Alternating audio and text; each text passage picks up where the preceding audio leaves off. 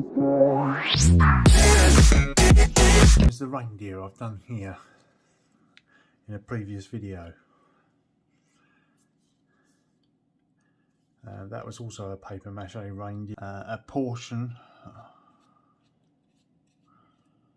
of the star, like so.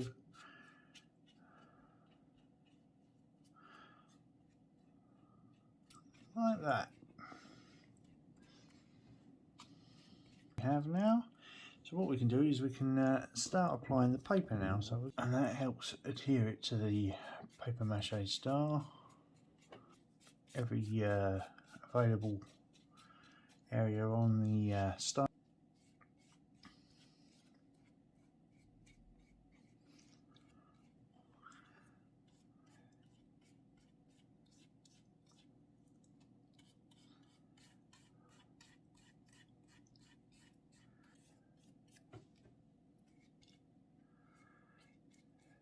Just check to make sure you've covered every bit.